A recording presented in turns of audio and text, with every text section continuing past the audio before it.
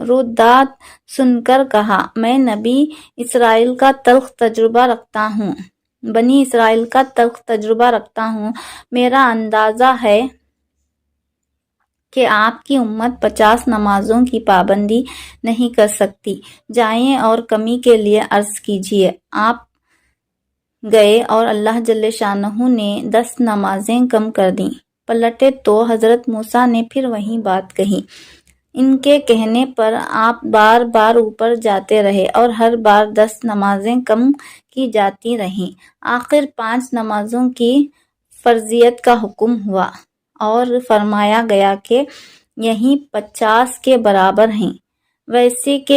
واپسی کے سفر میں آپ اسی سیڑھی سے اتر کر بیت المقدس آئے۔ یہاں پھر تمام پیغمبر موجود تھے۔ آپ نے ان کو نمازوں کی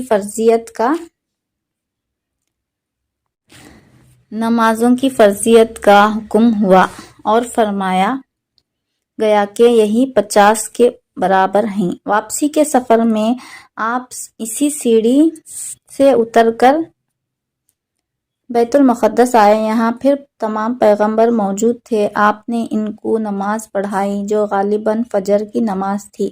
پھر براق پر سوار ہوئے اور مکہ واپس پہنچ گئے۔ صبح سب سے پہلے آپ نے اپنی چچا زاد بہن ام بانی کو یہ رواداد سنائی، پھر باہر نکلنے کا قصد کیا۔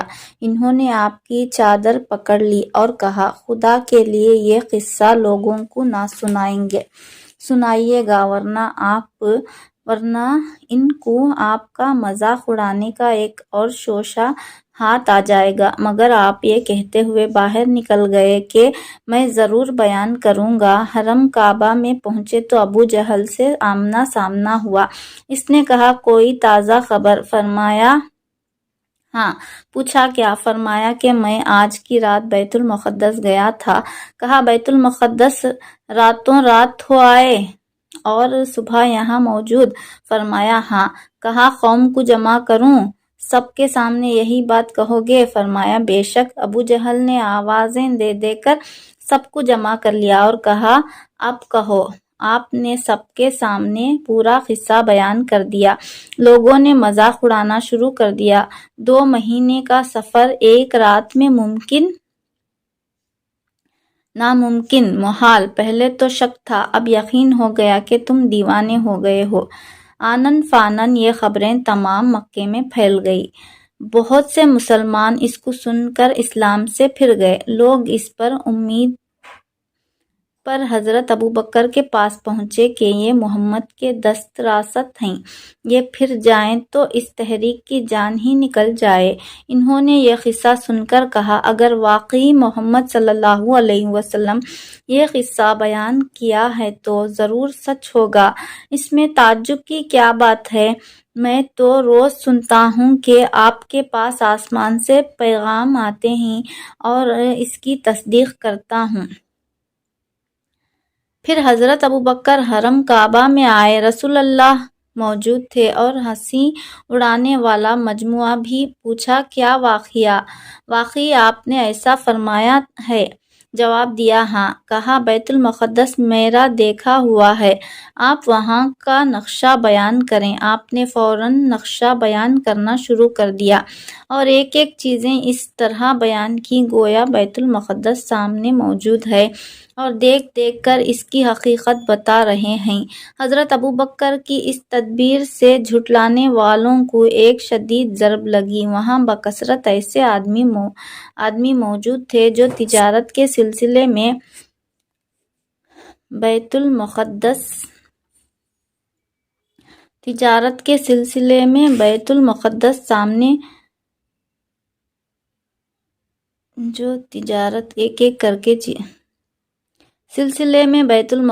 جاتے رہتے تھے۔ وہ سب دلوں میں قائل ہو گئے کہ نقشہ بالکل صحیح ہے۔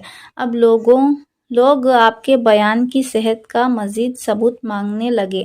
فرمایا، جاتے ہوئے میں فلاں مقام پر فلاں قافلے پر سے گزرا جس کے ساتھ یہ سامان تھا۔ قافلے والوں کے اونٹ براق سے بھڑ کے ایک اونٹ فلاں وادی کی طرف بھاگ نکلا۔ میں نے قافلے والوں کو اس کا پتہ دیا۔ واپسی میں فلاں وادی میں فلاں قبیلے کا قافلہ مجھے ملا۔ سب لوگ سو رہے تھے۔ میں نے ان کے برتن سے پانی پیا اور اس بات کی علامت چھوڑ دی کہ اس سے پانی پیا گیا ہے۔ ایسے ہی کچھ اور اتے پتے آپ نے دے دیے اور بعد میں آنے والے قافلوں سے ان کی تصدیق ہو گئی۔ اس طرح زبانیں بند ہو گئیں، مگر دل یہی سوچتے رہے کہ ایسے کیسے ہو سکتا ہے۔ آج بھی بہت سے لوگ سوچ رہے ہیں کہ یہ کیسے ہوا۔ تو اسی کے ساتھ ہم اپنی اس شب معراج کی داستان کو یہیں پر ختم کرتے ہیں۔ شب معراج کے معاف کیجیے گا، شب معراج کے سفر نامے کو یہیں پر ختم کرتے ہیں۔ اسی کے ساتھ اگر آپ کی معلومات میں کچھ اضافہ ہوا ہو اسلام کے بارے میں، اس سٹوری کو آپ نے پسند کیا ہو تو لائک شیئر سبسکرائب کر دیں، دوسروں تک اس سٹوری کو پہنچا دیں تاکہ وہ بھی سن کر ثواب میں شامل ہو۔ دعاؤں میں ضرور یاد رکھیے گا۔ اللہ حافظ۔